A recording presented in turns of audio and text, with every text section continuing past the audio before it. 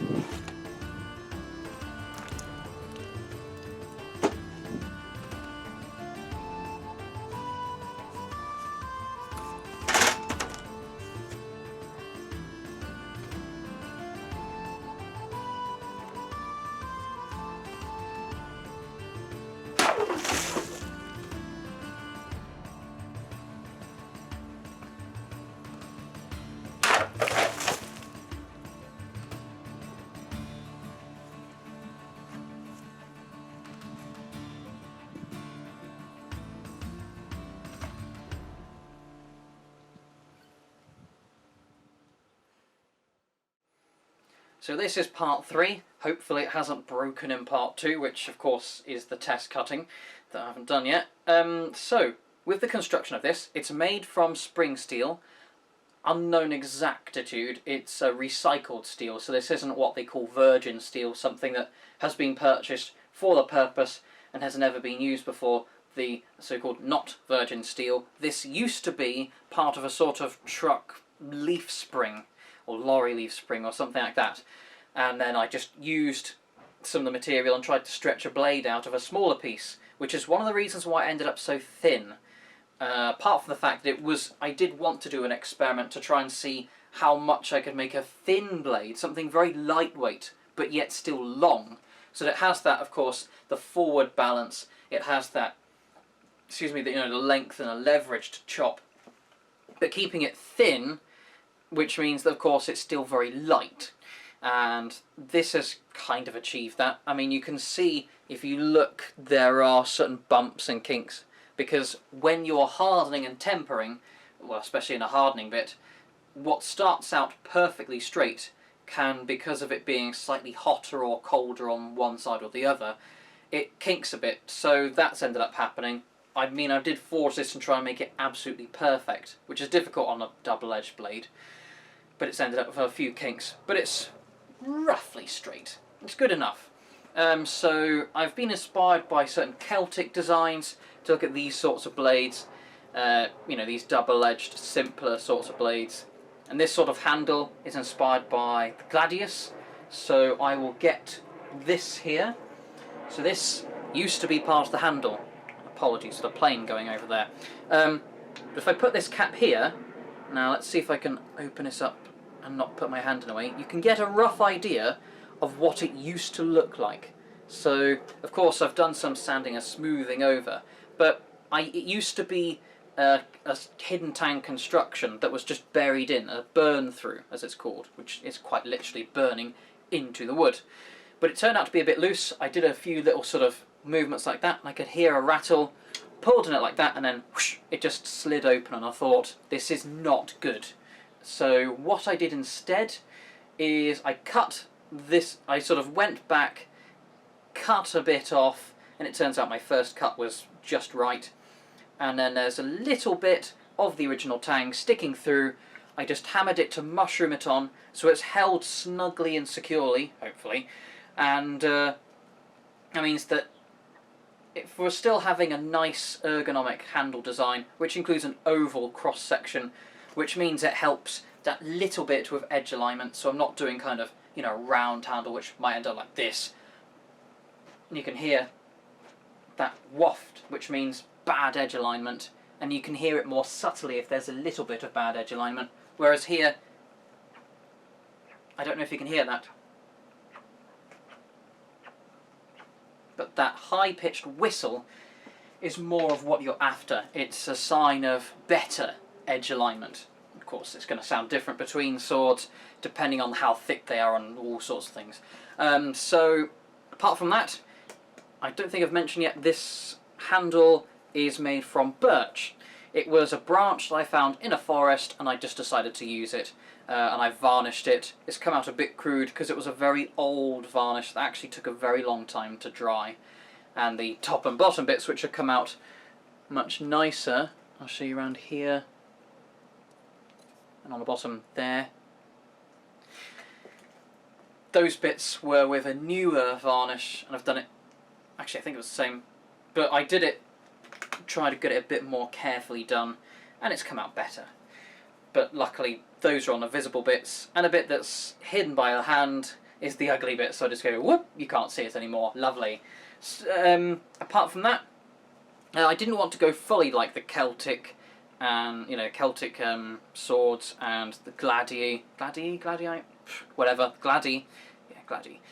those sorts of swords, because it seems like for this sort of sword I wished to have it more of a gradual taper, a bit like the Synchrodea. If you've ever seen that type of sword or knife, it can be both, design, which is in the Renaissance much later. It starts out with a very broad blade, even broader than this, and then it gradually tapers in a triangular cross-section to a fine point.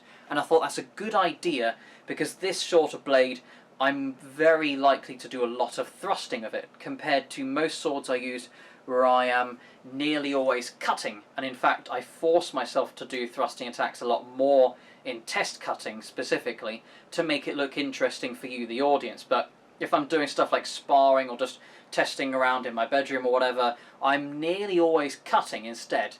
This sword, knife sort of thing, encourages me to thrust instead, because it is, with such a short length, what, 14-inch blade? It's a glorified dagger, basically. So yeah, that's the sword. When I hardened and tempered it, I was very disappointed to find a couple of cracks, but I wasn't too surprised because I actually initially threw this material away because it got some cracks, which are actually near where the tang is now, and was actually the tang I was making in the first place. But I then sort of ground it out, forced it out much thinner to get the nice length required, and I'm surprised it doesn't seem to be quite as bad. I have used this for a little bit of cutting on some thin branches and things, but yeah, that's the sword, which hopefully survives after the test cut. See you later.